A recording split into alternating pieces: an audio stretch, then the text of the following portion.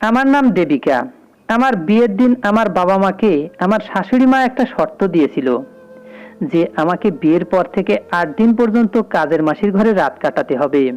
এই রহস্যটা জানলে হয়তো আপনারাও আশ্চর্য হয়ে যাবেন, কারণ সেই কাজের মাসি তো কাজের মাসি ছিলই না। সে তো আমার বিয়ের আগের দিন রাত্রিবেলা আমাদের বাড়িতে লুটপাট হয়ে যায় এবং আমার বিয়ের সমস্ত গয়না ও টাকা পয়সা ডাকাতেরা এসে লুট করে নিয়ে যায়। আমাদের বাড়িতে সবাই শোকে পড়ে গিয়েছিল, কারণ বাবা অনেক কষ্ট করে আমার বিয়ের জন্য টাকা পয়সা ও সোনা গয়না করেছিল। কিন্তু আমরা কেউ স্বপ্নেও ভাবতে পারিনি যে বিয়ের আগের দিন রাত্রেবেলায় আমাদের বাড়িতে ডাকাতি হবে। ডাকাতি হওয়ার পরে বাড়িতে আমরা সবাই এটা ভেবে খুব দুশ্চিন্তায় ছিলাম যে এবারও আমার বিয়েটা হয়তো ভেঙে যাবে। পরের দিন সকালে যখন বরযাত্রী আসে, তখন তারা সবকিছু শোনার পরে আমাকে একটা শর্তে তাদের বাড়িতে বউ বানাতে রাজি হয়েছিল। সেটা হচ্ছে, তারা আমার বাবাকে বলেছিল, যেহেতু আমার বিয়ের জন্য গয়না ও টাকা পয়সা কিছুই ছিল না, তাই তারা বলেছিল বিয়ের পরে আমাকে নাকি 8 দিন পর্যন্ত একটা চাকরানির ঘরে চাকরানির সঙ্গে থাকতে হবে, তবে তারা আমাকে নিজের বাড়ির বউ বানিয়ে নিয়ে যাবে। প্রথমে তো আমার শ্বশুর ও শাশুড়ির এই সত্যটা শোনার পরে আমাদের বাড়ির লোকেরা খুবই আশ্চর্য হয়েছিল, কিন্তু আমার বাবা ও মা ভেতর থেকে এতটাই ভেঙে পড়েছিল যে তারা খুবই দুর্বল হয়ে পড়েছিল এবং তারা বাধ্য হয়ে আমার শ্বশুর ও শাশুড়ির এই সত্যটা মেনে নিয়ে আমাকে বিদায় করেছিল। কারণ বিয়ের দিন যদি কোনো মেয়ের বিয়ে ভেঙে যায়, এর থেকে বেশি কষ্টদায়ক ওই মেয়েটার ও তার ফ্যামিলির জন্য আর কিছুই হতে পারে না। কারণ একটা মেয়ে যখন একবার বিয়ে ভেঙে যায়, তাহলে দ্বিতীয়বার সেই মেয়েটার ভালো ঘরে বিয়ে হওয়ার খুবই সৌভাগ্যের ব্যাপার। আর এমনিতেই বিয়ের দিন যদি বরযাত্রী আমাদের বাড়ির দরজা দিয়ে ঘুরে চলে যেত, তাহলে আর হয়তো দ্বিতীয়বার আমাকে কেউ বিয়ে করতে রাজি হতো না। এই ভয়ে আমার বাবা, শ্বশুর শাশুড়ি সব শর্ত মেনে নিয়েছিল, কারণ এমনিতেই আমার বিয়ে অনেক দেখাশোনার পরে ঠিকঠাক হয়েছিল। আমি তো দেখতে ভীষণ সুন্দর ছিলাম, তাও জানি না কেন খুব সহজেই আমার বিয়ের সম্বন্ধ ঠিকঠাক হয়নি। আমার বাবা একজন ব্যবসায়ী ছিলেন। আমার বাবার বাসনের দোকান ছিল। আমরা 3 ভাই বোন ছিলাম। আমি বাড়ির ছোট মেয়ে ছিলাম এবং আমার 2 দাদার বিয়ে হয়ে গিয়েছিল। আমাদের একদম সুখের সংসার ছিল। আমাদের সবকিছু ঠিকঠাক ছিল। তা সত্ত্বেও জানি না কেন কোনো না কোনো কারণবশত আমার বিয়ে ভেঙে যেত। হয়তো কোনো ছেলে যদি আমার বাবা মা পছন্দ করত, তাহলে হয়তো সেই ছেলের পক্ষ থেকে আমাদের পছন্দ হতো না, বা কোনো ছেলে যদি আমাদের পছন্দ হতো, তাহলে সেই ছেলেদের কিছু না কিছু আমাদের পছন্দ হতো না। এইভাবে প্রায় অনেকগুলো সম্বন্ধ দেখার পরে শেষে অমিতের সঙ্গে আমার বিয়ে ঠিক হয়েছিল। শেষে আমার বাবা মা এই ছেলেটাকে আমার জন্য পছন্দ করেছিল এবং তারাও আমাদের ফ্যামিলিও আমাকে পছন্দ করেছিল। এমনিতে আমি তো ভীষণ সুন্দরী ছিলাম, আমাকে রিজেক্ট করার মতো কোনো কিছু ছিল না। কিন্তু জানি না কেন তা সত্ত্বেও এতগুলো সম্বন্ধ আসার পরেও একটা ছেলের সঙ্গে আমার বিয়ে পাকা হয়নি। শেষে অমিতের সঙ্গে আমার বিয়ে পাকা হয়েছিল। বিয়ের আগে তো আমি দাদাদের বলতাম, তোমরা আমাকে এত ভালোবাসো, তাহলে কেন আমাকে বিদায় করে অন্যের বাড়িতে পাঠিয়ে দিতে চাইছো? তোমাদের মতো ভালোবাসা যদি আমার শ্বশুর বাড়ির লোকেরা আমাকে না দেয়, তাহলে আমার কি হবে? আসলে আমার 2 দাদা ও বৌদিরা আমাকে ভীষণ ভালোবাসতো। আমার বৌদিরা তো নিজের বোনের মতো আমাকে ভালোবাসতো। তখন আমার দাদা বৌদিরা বলতো, তোমার এমন ঘরে বিয়ে দেব যেখানে তুমি অনেক ভালোবাসা পাবে, তোমার কোনো কষ্ট হবে না, এরকম ফ্যামিলিতেই তোমার বিয়ে দেব। ওই সময় আমার জেঠু ও জেঠুমা বলতো, তুই আমাদের সবার প্রিয়, তাই জামাইকে বলে দেব তোকে যাতে কোনো কষ্ট না দেয়। আসলে আমার বাবার সঙ্গে জেঠুর খুব মিল ছিল। জেঠুকে আমার বাবার দাদা বলে নয়, বাবা বলে মানতো এবং বাবা আমার বিয়ের সমস্ত দায়িত্ব আমার জেঠুকে দিয়েছিল। আমার জেঠুর বাড়ি আমাদের বাড়ি থেকে একটুখানি দূরে হলেও জেঠু দিনে 2-3 বার করে আমার বাবার সঙ্গে দেখা করতে আসতেন। আমার বাবা এই বাড়ির সমস্ত কথা জেঠুর সঙ্গে আলোচনা করত। সেটা আমার বিয়ের ব্যাপারে হোক বা বাবার নিজের ব্যবসার ব্যাপারে হোক না কেন, বাবা নিজের প্রত্যেকটা কথা আমার জেঠুর সঙ্গে শেয়ার করত এবং জেঠুমাও আমাদের ভীষণ ভালোবাসতেন। আমাদের পরিবারে খুব মিল ছিল। আমরা একে অপরকে অনেক সাপোর্ট করতাম। আমার বিয়েটা যখন অমিতের সঙ্গে পাকা হয়েছিল, তখন বাড়িতে সবাই খুশি ছিল। আসলে আমার জেঠু ও জেঠিমার কোনো মেয়ে ছিল না। আমার জেঠু ও জেঠিমার 2 ছেলে ছিল, তাই তারা আমাকে নিজের মেয়ের মতো করেই ভালোবাসতো। আমার তো এটা ভেবে খুবই আশ্চর্য লাগে যে একটা মেয়ে তার বাবার বাড়িতে রাজরানীর মতো করে মানুষ হয়, আর সেই মেয়েটা যখন শ্বশুর বাড়িতে চলে যায় তখন তাকে না জানি কত অত্যাচার ও মানসিক চাপ সহ্য করতে হয়। আমি তো স্বপ্নেও ভাবতে পারিনি যে আমার কপালে এতটা কষ্ট দুঃখ ছিল। কারণ প্রত্যেকটা মেয়ের মতো আমিও চোখে একটা স্বপ্ন নিয়ে বসেছিলাম যে আমারও বিয়ে হবে এবং বাকি মেয়েদের মতো আমিও নিজের স্বামী ও সংসার নিয়ে ব্যস্ত থাকব এবং আমার নতুন পরিবার হবে। কিন্তু জানি না কেন ভগবান আমার কপালে এত দুঃখ কষ্ট লিখেছিলেন। আমি তো কোনোদিন কারো ক্ষতি করিনি, তাহলে জানি না কেন আমার সঙ্গে এত বড় অন্যায় হয়েছিল। শুনে আপনাদেরও চোখের জল পড়বে। আমার যখন অমিতের সঙ্গে বিয়ে পাকা হয়, তারপরে আমার বৌদিরা অমিতের নাম নিয়ে আমাকে অনেক রাগাতো। যদিও বা আমি রাগ করতাম না, কিন্তু মাঝে মধ্যে যখন রাগ করার ছলনা করতাম তখন আমার বৌদিরা অনেক ভালোবেসে আমার রাগ ভাঙাতো। তখন আমার মনে হতো যে এই পরিবারটাকে ছেড়ে আমাকে অন্য পরিবারে চলে যেতে হবে। তখন আমি সত্যিই কাঁদতে বসতাম এবং বৌদিদের বলতাম, তোমাদের এত ভালোবাসা ছেড়ে আমি কিভাবে শ্বশুর বাড়িতে থাকবো? তখন বৌদি আমাকে বুঝিয়ে বলতো, সময়ের সঙ্গে নাকি সবকিছু বদলে যায় এবং স্বামীর ভালোবাসা পেয়ে নাকি আমিও সবকিছু ভুলে যাব। ধীরে ধীরে আমার বিয়ের দিন চলে আসে। বিয়ে পাকা হওয়ার ৩-৪ মাস পরে আমার বিয়ের দিন চলে আসে। আমার দাদারা বলেছিল, আমার যেহেতু একটাই বোন, তাই তারা আমার বিয়েতে কোনো কিছুর কমতি রাখবে না। তারা অনেক বড় অনুষ্ঠানের আয়োজন করেছিল। আমাদের বাড়ির সামনে অনেক বড় প্যান্ডেল, চেয়ার, টেবিল সব কিছুর আয়োজন করা হয়েছিল। আমাদের বাড়িতে অনেক আত্মীয় এসেছিল। বিয়ের জন্য একটার পর একটা বিদেশি গান চলছিল। বাড়িতে একটা আনন্দের মহল মনে হয়েছিল। সবাই খুব খুশি ছিল, সবকিছু একদম ঠিক ছিল। তারপর বিয়ের আগের দিন রাতের বেলা হঠাৎ করে আমাদের বাড়িতে ৬-৭ জন লোক ঢুকে পড়ে। বিয়ের আগের দিন রাত্রের বেলা সবাই নিজের সাজ পোশাক, হাতে মেহেন্দি পরা এসব নিয়ে ব্যস্ত ছিল এবং এটা একটা স্বাভাবিক ব্যাপার যে বিয়ের আগের দিন রাত্রিবেলা বিয়ে বাড়িতে, কিন্তু এরকম সারা রাত সবাই জেগে থাকে।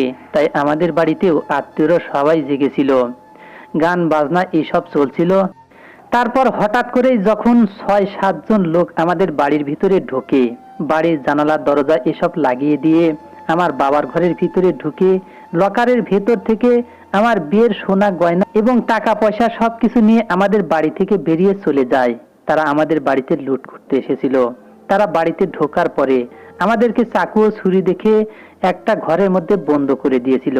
তাদেরকে দেখে মনে হচ্ছিল যেন তারা সবকিছু জানে, যে আমাদের বাড়ির কোন জায়গায় কোন জিনিসটা রাখা আছে।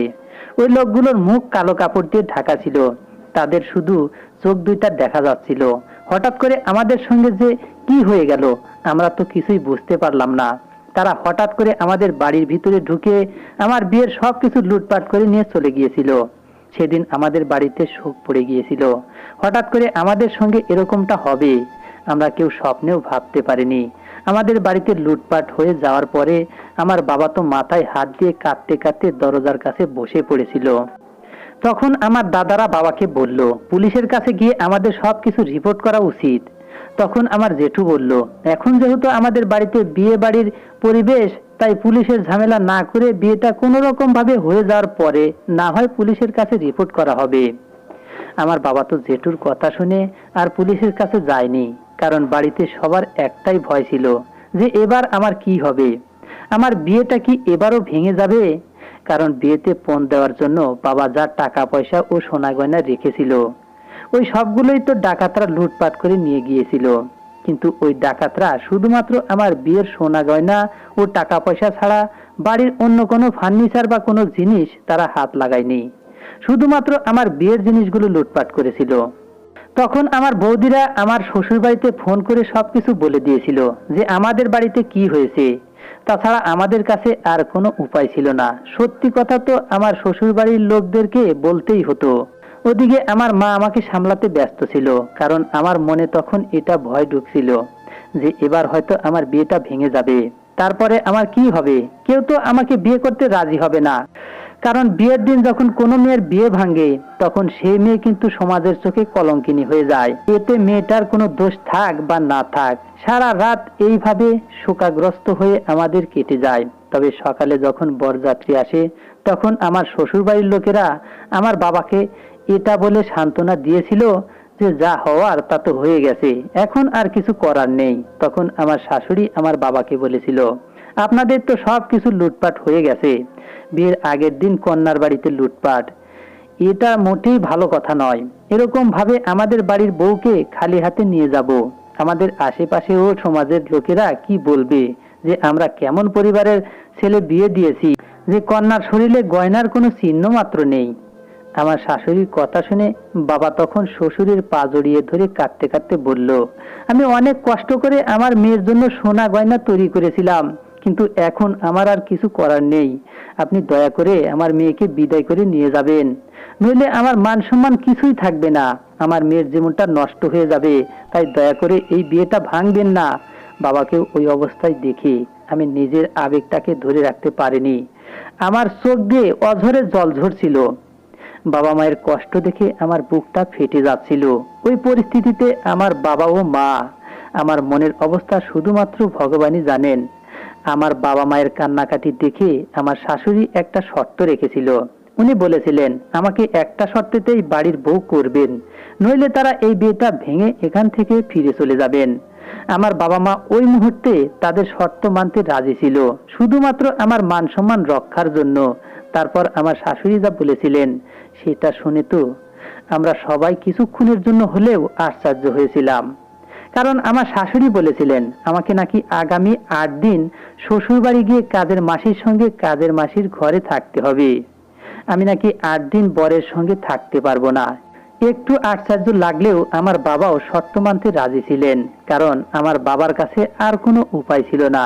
তারপর বিয়ে হয়ে আমি যখন শ্বশুর বাড়িতে আসি, তখন শ্বশুর বাড়িতে গৃহপ্রবেশ করার আগেই আমার শাশুড়ি বললেন বাড়িতে আর কোনো কিছু রীতিনীতি করার দরকার নেই, সবকিছু তো আগেই নষ্ট হয়ে গেছে, তাই শুধুমাত্র লোক দেখিয়ে রীতি রেওয়াজ করে কি হবে। তাই উনি আমাকে বললেন, বৌমা তুমি কাজের মাসির ঘরে গিয়ে আরাম করো এবং ওই ঘর থেকে আগামী 8 দিন তুমি বের হবে না। একটা জিনিস লক্ষ্য করেছিলাম, যখন থেকে আমার বিয়ে ঠিক হয়েছিল তখন থেকে কিন্তু আমার বরের আমার প্রতি সেরকম কোনো টান দেখতে পাইনি। ওই মুহূর্তে আমার বর চুপচাপ ভূতের মতোই আমার পাশে দাঁড়িয়েছিল, সে তার মাকে কিছুই বলেনি। এমনকি আমার বরের মধ্যে সেরকম কোনো আবেগ বা উত্তেজনা দেখতে পাইনি, যতটা আবেগ ও উত্তেজনা আমার মধ্যে ছিল। বরের সঙ্গে টাইম কাটানোর জন্য আমার শাশুড়ির প্রথম দিন আমার সঙ্গে ওই রকম ব্যবহার দেখে আমার মোটেই ভালো লাগেনি, কারণ উনি শুধুমাত্র টাকা পয়সা ও সোনা গয়না না পাওয়ার জন্যই আমার গৃহপ্রবেশ করাননি। তাহলে কি একটা মানুষের কাছে আরেকটা মানুষের কোনো মূল্য নেই? শুধুমাত্র কি টাকা পয়সা ও সোনা গয়নার মূল্য আছে? প্রথম দিন শাশুড়ির আমার প্রতি ওই রকম ব্যবহার ও কথাবার্তা শুনে স্পষ্ট বোঝা যাচ্ছিল যে আমার বাবার বাড়ি থেকে সোনা গয়না ও টাকা পয়সা না পাওয়ার জন্যই উনি অনেক রাগ করেছিলেন। এদিকে আমার মাথায় এটা একবারও খেয়াল আসেনি যে আমার শাশুড়ি কেন এরকম একটা উদ্ভট শর্ত রেখেছিলেন যে বিয়ের পরে আমাকে নাকি কাজের মাসির ঘরে 8 দিন কাটাতে হবে। এটার পেছনের রহস্য জানার পরে আপনারাও আশ্চর্য হয়ে যাবেন। তারপর আমাকে যখন চাকরানির ঘরের ভিতরে নিয়ে যাওয়া হলো, তখন ঘরের মধ্যে ঢুকে দেখলাম সেখানে একটা ছোট্ট চৌকি রাখা ছিল। ওই ঘরে আর কিছুই ছিল না। ওই ঘরে আসার পরে একটা মেয়ে আমার কাছে এসে বলল, তুমি নিজের জামা কাপড় চেঞ্জ করে হালকা কোনো পাতলা জামা কাপড় পরে নাও, তোমার জন্য আমি খাবার দাবার নিয়ে আসছি। তুমি তো অনেক বেশি ক্লান্ত হয়ে পড়েছো, তুমি খাবার খেয়ে আরাম করো। ওই মেয়েটা দেখতে ভীষণ সুন্দরী ছিল। তারপরে মেয়েটা কিছুক্ষণ পরে আমার জন্য খাবার দাবার ও জল নিয়ে এসেছিল এবং আমি যতক্ষণ খাবার খাচ্ছিলাম তখন ওই মেয়েটা আমার পাশেই বসেছিল। তারপর আমি যখন মেয়েটাকে জিজ্ঞেস করলাম, তুমি এই বাড়ির কে? তখন মেয়েটা বলেছিল ও নাকি ওই বাড়ির কাজের মাসি।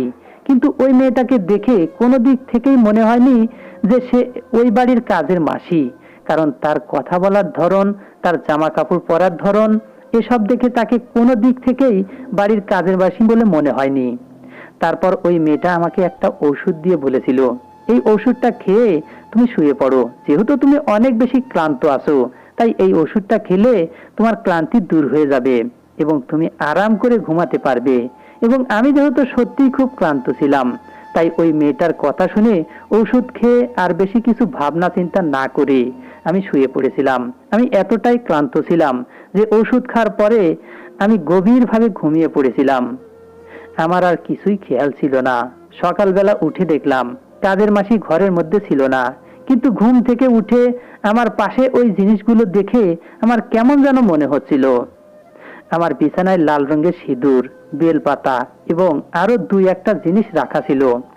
ওই জিনিসগুলো দেখে আমি তো কিছুই বুঝতে পারছিলাম না যে আমার ঘুমিয়ে যাওয়ার পরে এই ঘরে কি হয়েছে। ঘুমিয়ে যাওয়ার পরে তো আমার আর কিছুই মনে ছিল না। সেদিন ঘুম থেকে ওঠার পরে ওই ঘরের মধ্যে মনে হচ্ছিল যেন আমার দম বন্ধ হয়ে আসছে, কারণ ঘরের মধ্যে কোনো জানালা ছিল না এবং বন্ধ ঘরের মধ্যে নাকি আমাকে 8 দিন থাকতে হবে।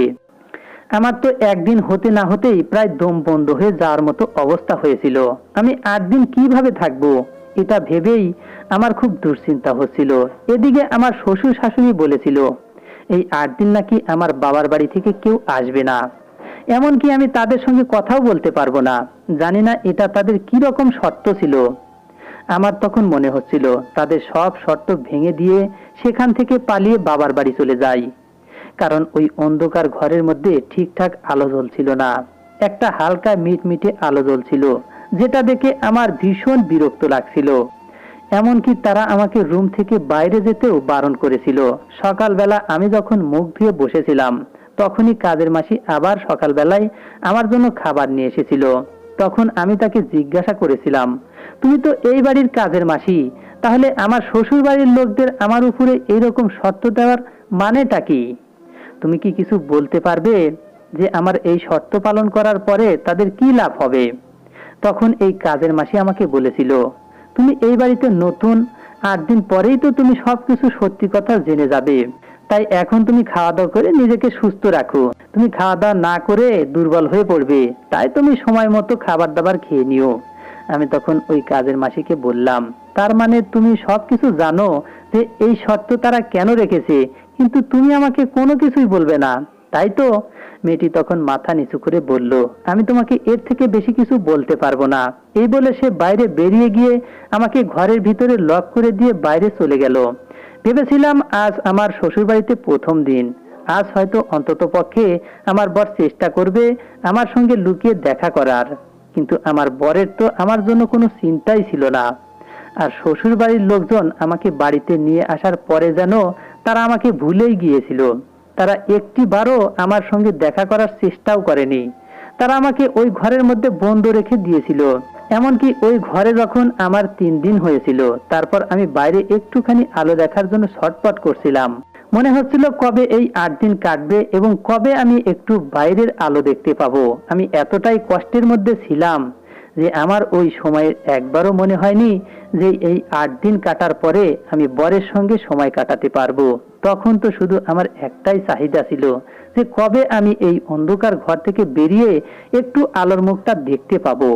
কোন রকম ভাবে আমি যখন ওই ঘরে 8 দিন কাটিয়ে ফেলি, তখন কিন্তু একটিবারও বাড়ির লোক আমার খোঁজ খবর নেয়নি। তাদের তো যেন কোনো কিছুই যায় আসেনি যে আমি এই অন্ধকার ঘরের ভিতরে কেমন আছি। শুধুমাত্র ওই কাজের মাসি আমাকে সময় মতো খাবার দিয়ে চলে যেত এবং আমার কিছু ঔষধের প্রয়োজন হলে ওষুধ দিয়ে যেত। এদিকে যখনই আমি প্রত্যেক দিন সকালে ঘুম থেকে উঠতাম, তখনই ওই ঘরের উদ্ভট জিনিসপাতি রাখা থাকতো। কোনোদিন পূজার থালা, কোনোদিন বা সিঁদুর বা জুড়িপুটি, এইসব রাখা থাকতো। আমি তো এখান থেকে পালিয়ে বাবার বাড়ি চলে যেতাম, কিন্তু শুধুমাত্র আমার বাবা মায়ের মুখের দিকে চেয়ে বাধ্য হয়ে এই শর্তগুলো মেনে নিয়েছিলাম। কারণ আমি যদি আবার এখান থেকে বাবার বাড়ি ফিরে যেতাম, তাহলে সমাজের লোক আমার বাবাকে আবার ছোট করত। আমার পরিবারের মান সম্মান খারাপ হবে, এটা ভেবেই আমি সবকিছু সহ্য করেছিলাম। 8 দিন কেটে যাওয়ার পরে ভেবেছিলাম এবার হয়তো বরের ভালোবাসা আমার কপালে জুটবে। কিন্তু আমার বরের কি একবারও মনে হয়নি যে একবার আমার কাছে এসে জিজ্ঞাসা করবে যে আমি এই ঘরে কেমন আছি? এই অন্ধকার ঘর থেকে আমি তো শুধু একটি কথাই ভাবতাম যে বাবার বাড়িতে কত আদর যত্নে আমি থাকতাম, আর আজ আমার সঙ্গে এত খারাপ হবে আমরা কেউ স্বপ্নেও ভাবতে পারিনি। যাই হোক, ওই সব কথা ভুলে যখন 8 দিন পরে শাশুড়ি নিজে থেকেই অন্ধকার ঘর থেকে আমাকে বের করেছিল, সেদিন আমার ঘর থেকে বের হওয়া মাত্রই শাশুড়ি আমার গলায় একটা ফুলের মালা দিয়ে বলেছিল, একটা শুভ সংবাদ আছে, তুমি মা হতে চলেছো। শাশুড়ির কথা শুনে তো আমার পায়ের তলা থেকে মাটি সরে গিয়েছিল, কারণ এটা কিভাবে সম্ভব হতে পারে? আমি তো এই কাজের মাসির ঘরে একাই থাকতাম, এই ঘরে তো কেউ আসেইনি, আমি সারাক্ষণই ঘরে একাই ছিলাম, তাহলে আমি কি করে গর্ভবতী হতে পারি? ওই ঘরে তো শুধুমাত্র কাজের মাসি ছাড়া আর কেউ আসেনি, তাহলে আমার শাশুড়ি কেন বলেছিল যে আমি নাকি মা হতে চলেছি? আমি তো কিছুই বুঝতে পারছিলাম না যে তারা আমার সঙ্গে কি করতে চাইছিল।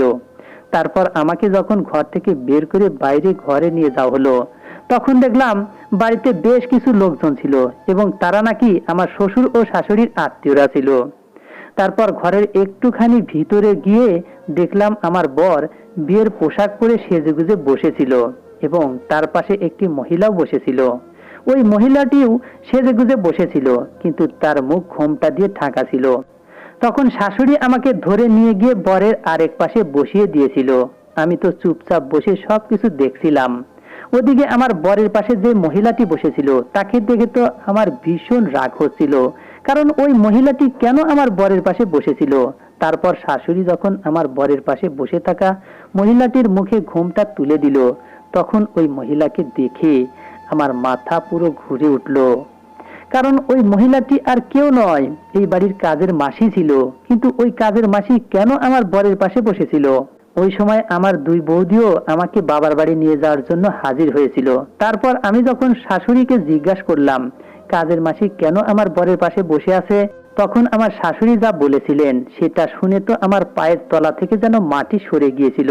কারণ ওই মেয়েটি কাজের মাসি ছিল না, ওই মেয়েটি তো আমার বরের প্রথম স্ত্রী ছিল। তাহলে আমার শ্বশুর বাড়ির লোকজন কেন জেনে শুনে বরের সঙ্গে আমার দ্বিতীয় বিয়ে দিয়েছিল? এই সত্যিটা জানার পরে আমি তো সম্পূর্ণভাবে ভেঙে পড়েছিলাম।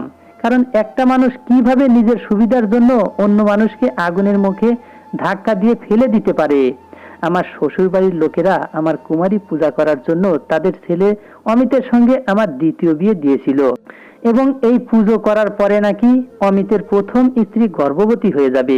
অমিতের প্রথম স্ত্রী গত 5 বছর থেকে মা হতে পারেনি, তাই তাদের বাড়ির বউ যাতে গর্ভবতী হতে পারে তার জন্য তারা একটা সাধু বাবার কথা শুনে আমার মতো একজন কুমারী মেয়ের সঙ্গে নিজের ছেলের দ্বিতীয় বিয়ে দিয়ে তাদের পুজোটা সম্পন্ন করেছিল।